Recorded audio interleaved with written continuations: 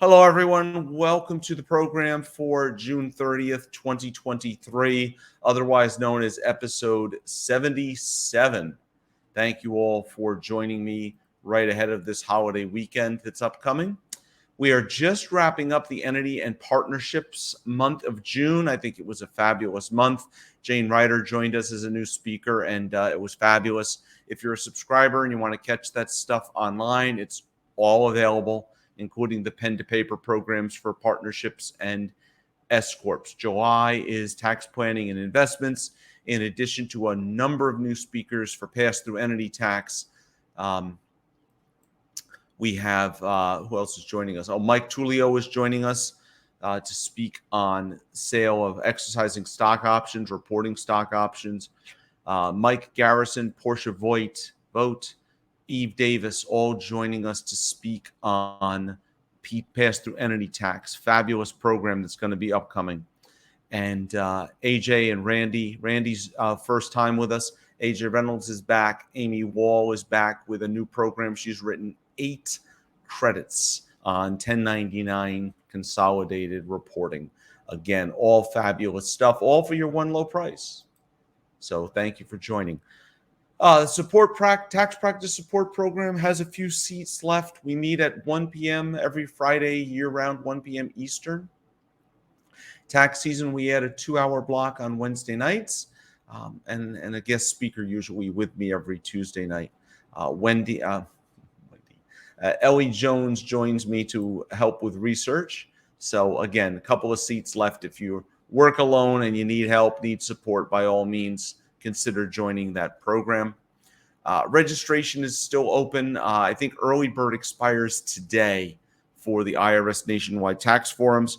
I will be in DC August 8, 9, 10, and we're going to have an event for the Tax Practice Pro subscribers. Of course, the Gaylord is all full, so I'm going to stay down the street, but we'll figure out someplace interesting for all of us to go to.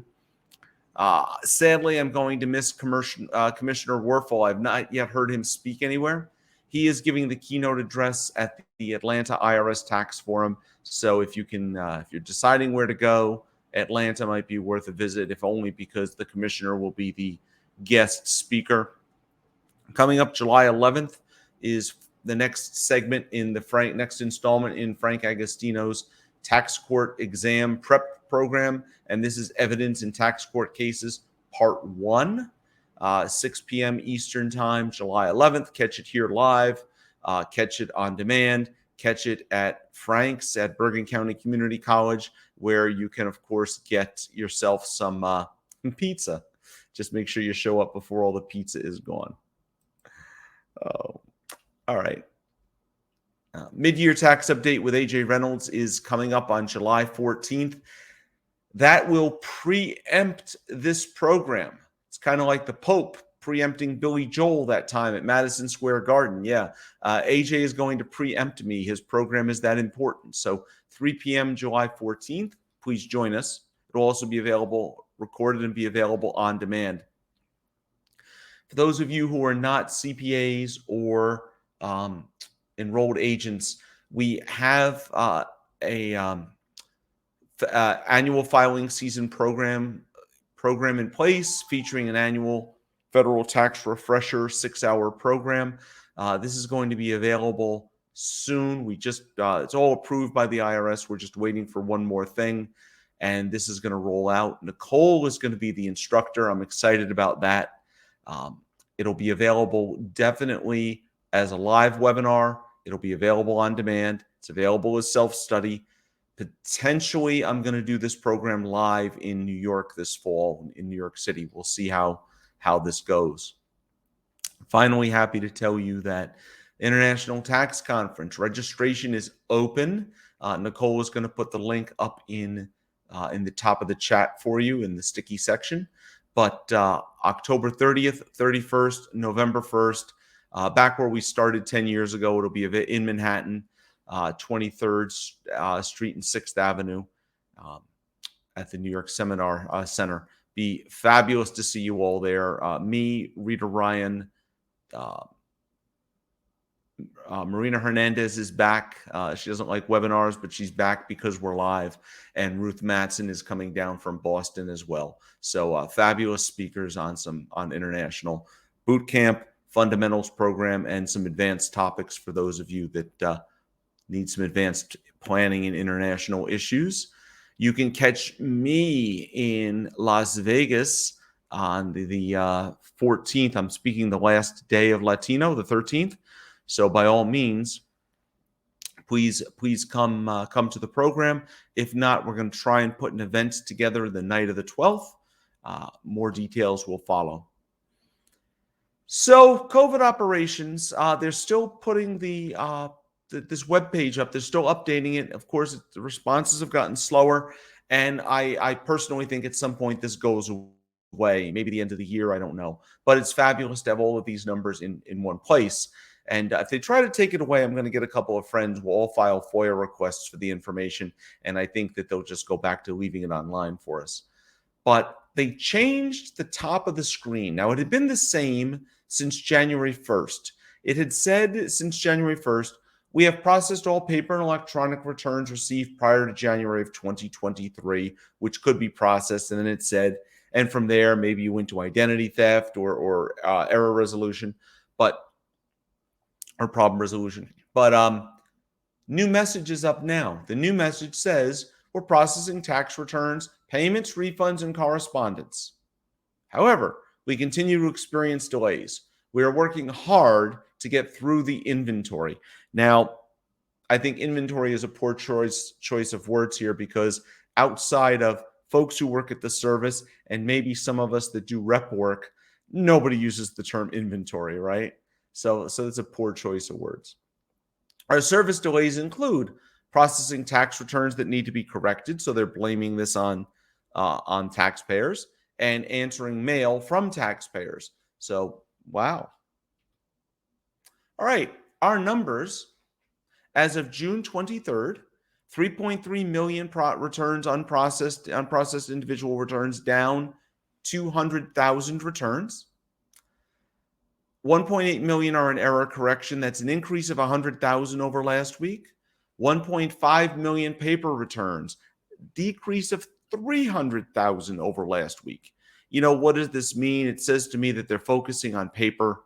Paper is their problem, and they want to get rid of paper. Form 1040X has 1.39 million unprocessed returns at June 10th, down 20,000 returns. That's an old number, but still says more than 20 weeks to process them.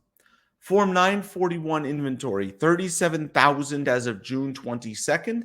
That's down 613,000 returns in 1 week. I don't know what this means, other than I know usually by the end of the quarter, they've gotten the inventory at or near zero, and then it starts to balloon up with the early filers. So I don't know what this means, but that maybe they process all the electronic returns in 1 week. I don't know. So that's where we sit with this. Form 941X, 437,000, down 205,000 returns in 6 days.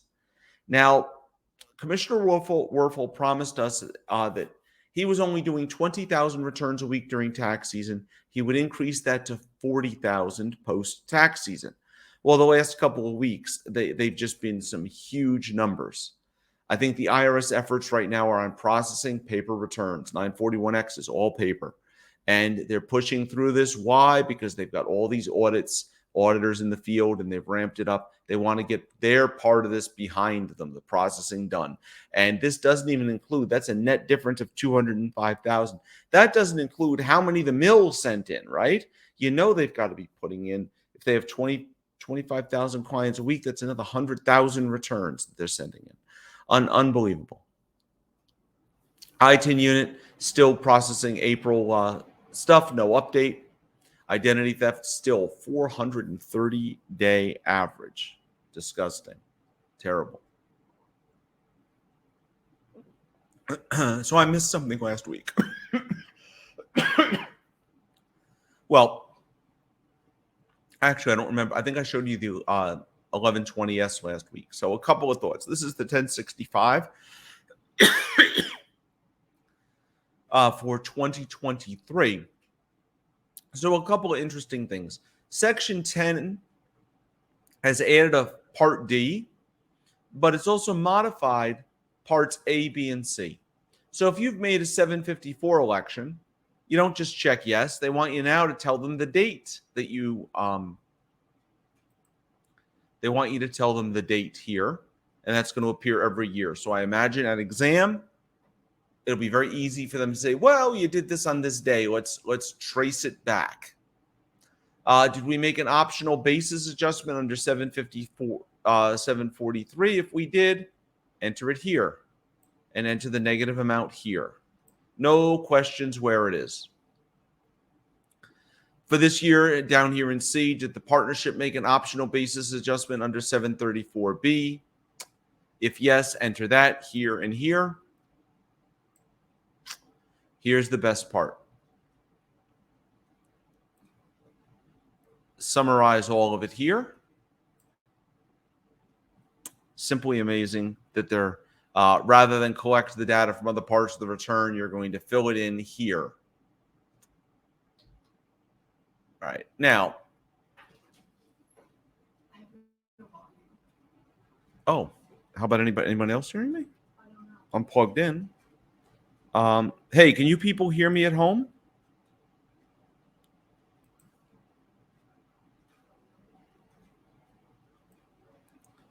It's almost like it's frozen.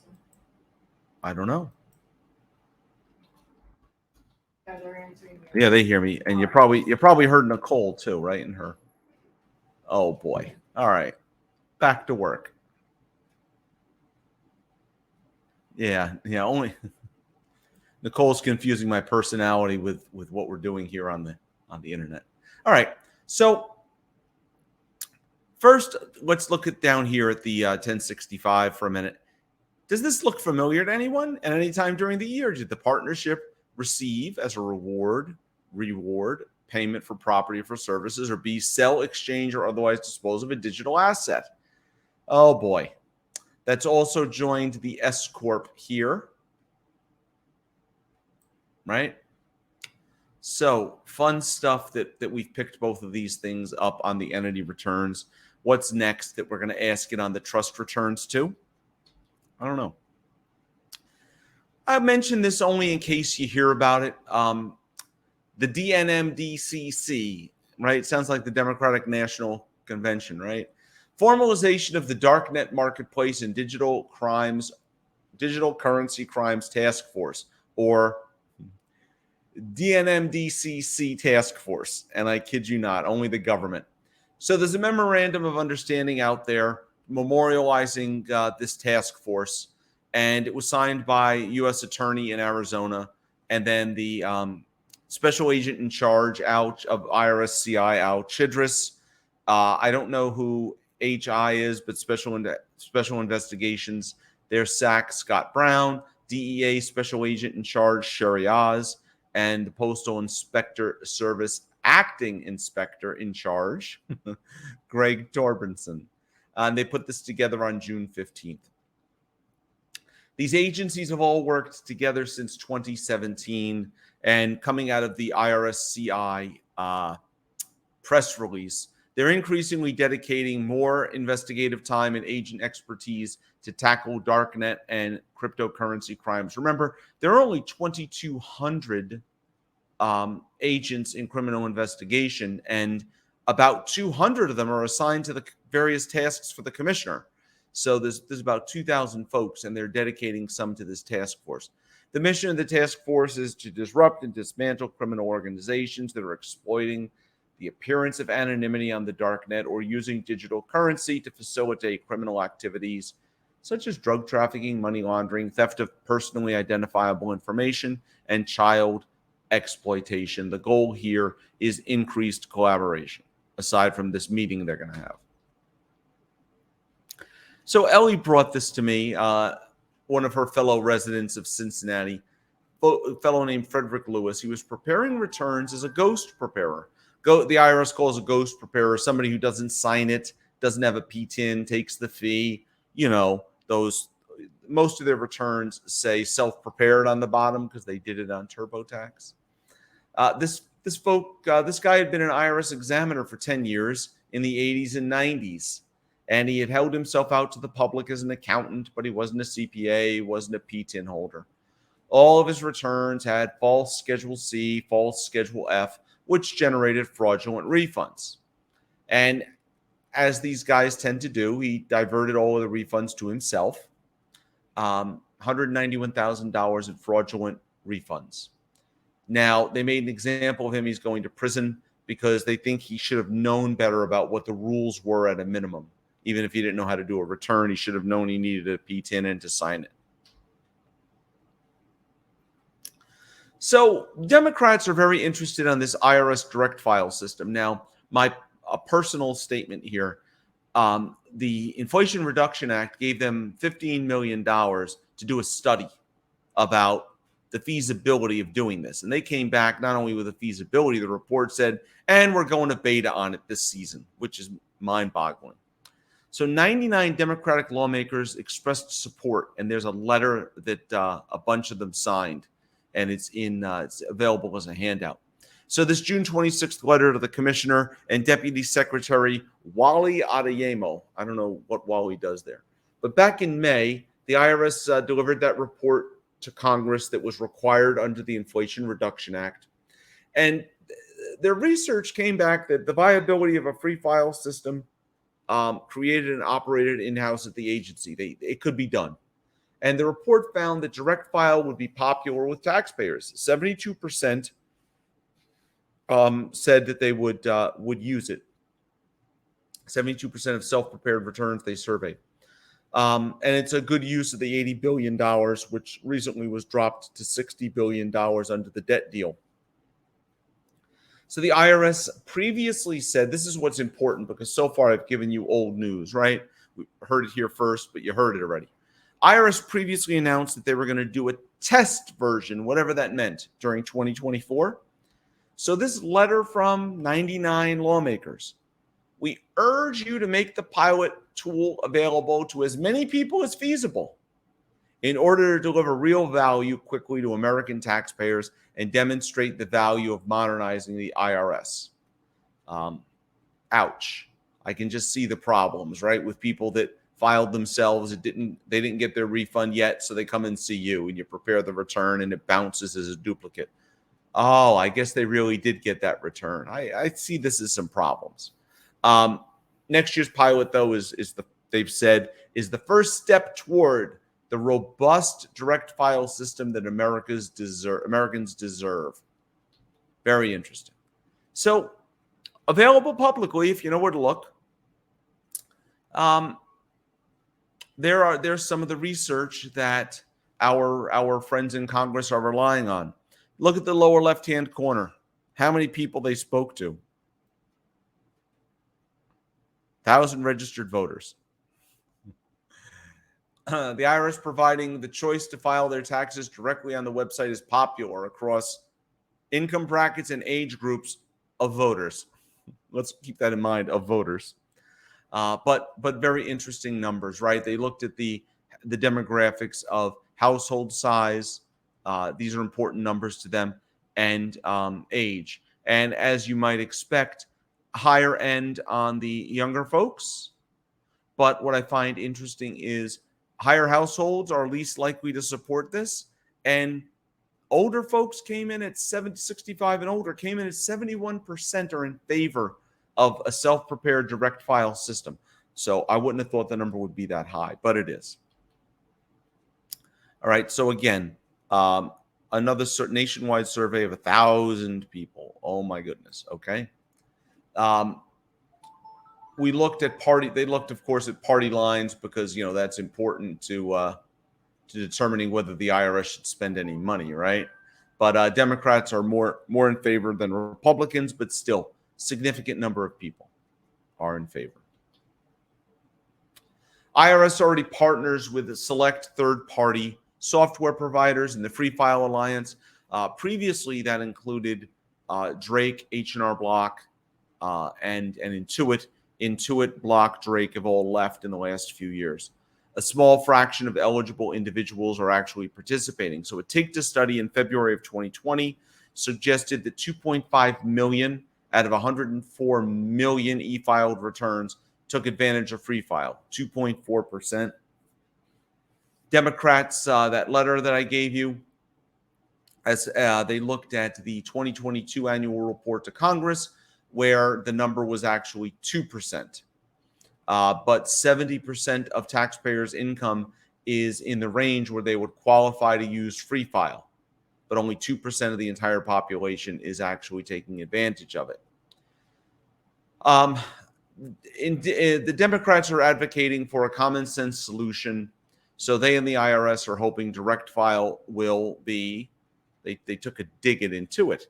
They referenced the $141 million settlement that Intuit is paying to the federal government for misrepresenting the true cost of the free file version of TurboTax. And actually, they only started paying that back this May, which was also very interesting. That's in that letter too. All right. As a side note, important but not important, National Passport Center is experiencing delays. The current wait time is 10 to 13 weeks for routine service, 7 to 9 for expedited service. Those two bullets are supposed to be indented. You can track the status of a passport application. There's a website.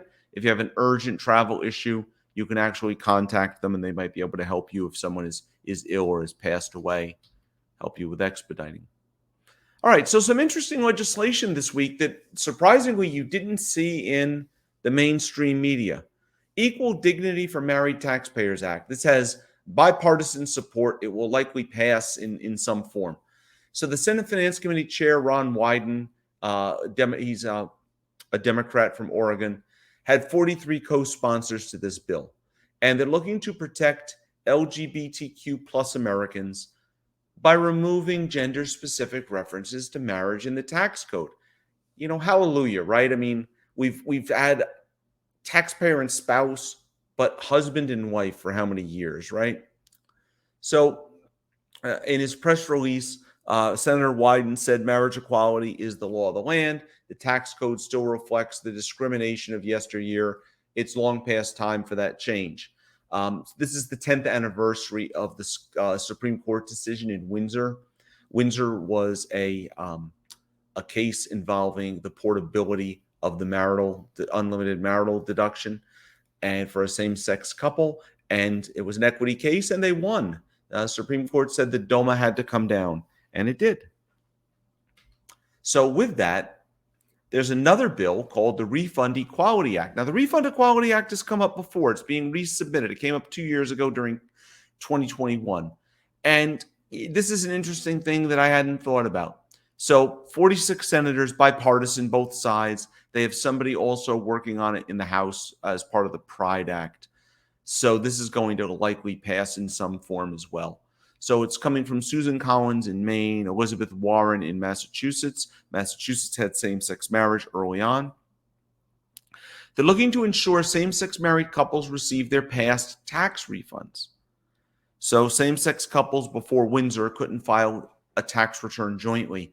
And we had this in New York. You had these crazy returns where you filed a joint state return and separate single 1040s. It's very strange for a couple of years. This bill would allow amended returns to be filed back to the date of marriage. So we're talking about going back to 15 years? I don't know. Estimated total, they think, is $55 million in refunds. Amazing. So how are they going to do this? They're going to create two exemptions in the Internal Revenue Code.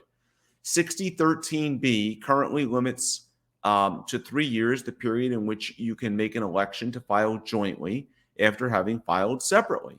They're going to add an exemption here and say, well, if you were married before 2013, for those years prior to 13, we're going to let you file an amended return only for that issue. I hope that would be interesting too. Are they going to open it up just for the change in marital status? Or are they going to open it up and say, well, the return is open, and that meaning we need to look at 10-year-old returns, 15-year-old returns?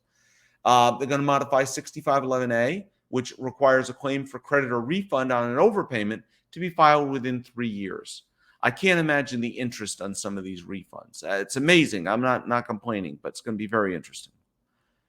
The Internal Revenue Service is sending a special follow-up mailing to people in 8 states that were affected by disasters. If you remember, they inadvertently mailed out CP14 notices to everybody who filed a return with a balance due, even though they didn't have to pay until, depending on the state, as late as October 15th. So this notice is going to say, yeah, we shouldn't have sent you that other letter. In case you haven't figured it out now, you have extra time to pay. Most of the people are in California. The important thing the IRS keeps reminding us is they were required by statute to send these things out. But these notices only said 21 days, didn't mention the extension due date, didn't have one of those inserts that says, by the way, if you're in a disaster area, this date may not apply to you. They missed that. The notice they're sending out is notice 14, CP14CL. I could not find a sample copy to share with you. If one populates or I see one, I will share it. And then Commissioner Werfel had some nice things to say about the service. I gave you that quote. I gave you the notice. The states that they're sending notices to are listed: Alabama, Arkansas, Florida, Georgia, Indiana, Mississippi, Tennessee, and of course, California. Now, I'm concerned that people are going to panic again. I got another notice. You said I didn't have to worry about it, but they sent me another notice because our clients don't read this stuff. So we're probably going to send out a notice, email and a text to everybody in the disaster areas that we're aware of that already filed and say, listen, if you get a balance due notice, you do have until, the insert date here to pay. Now, the IRS has added a new page on their website. Understanding your Form 1099-K is pretty well done. It's hyperlinked. It talks about all the usual issues someone would have. I got a 1099 in error. I got a 1099 for personal income, and how to deal with it and where to report it. Very well done. There's the link to it. But I said, well, is this replacing the frequently asked questions page they did in December, which I also thought was very well done and addressed all of the issues of how they want to see practitioners reporting the 1099-K that was for sale of personal property, the 1099-K that included both item of gain and an item of loss. That was also well done. That's still there, and it was last reviewed by the service on May 30th. I hate when they have information in 2 places because you can get errors, you can get inconsistencies, but there you go. So, CHIPS 2.0. No, this is not your favorite TV show from the 70s, but there is a new U.S.-China tax bill in place. CHIPS was what they called the bill last year. So CHIPS 2.0 is the bill. And it may be a vehicle to enact a couple of key provisions that both sides have been looking for. In this case, the immediate expensing for the R&D credit and expanded low-income housing credit. They're going to make the argument to include those things in that bill. And they argue that it directly relates to U.S. competitiveness in China, at least the R&D credit does.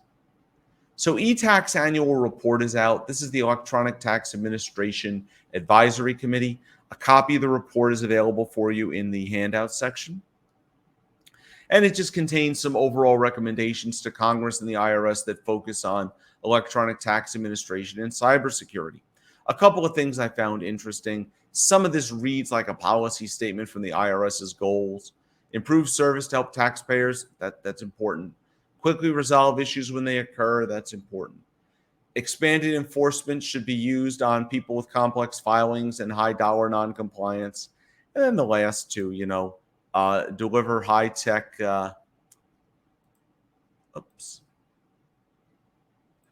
deliver cutting-edge technology, right? And attract and retain highly skilled, diverse workforce. That seems more like the IRS mission statement. But anyway, that report is out. Supreme Court has agreed to hear this case on unrealized gains on foreign earnings, otherwise known as the Section 965, right? The transition tax. So this is Moore versus United States. and they're going to look at the taxation of unrealized gains. So the focus will be on the constitutionality of the repatriation tax, which was created in 2017 as part of the Tax Cuts and Job Act. It's in Section 965.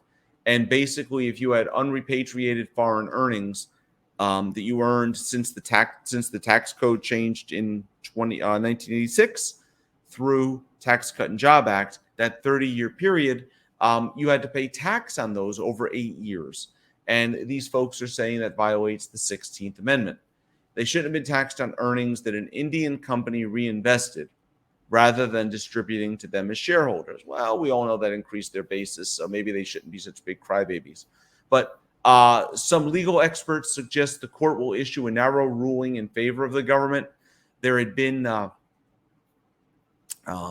one publication that I read that some of you probably subscribe to suggested we should all, for anybody that's right now on extension, we should be filing for protective claims in case this thing drags out, and eventually these folks would be able to get a refund. And one attorney we work with said something to the effect of, "Don't waste your time on it. You've got other things to do." All right. If you are not a monthly subscriber, we'd love to have you. All sorts of content, up to 25 to 30 hours a month of content available. And if you're not currently a member, if you're on Facebook, consider joining Ask the Tax Practice Pro speakers. All of our speakers who are on the internet are on Facebook are in the group, and they respond and reply to your questions. Let me see if there's any comments here before we go. Oh, they're saying I was frozen.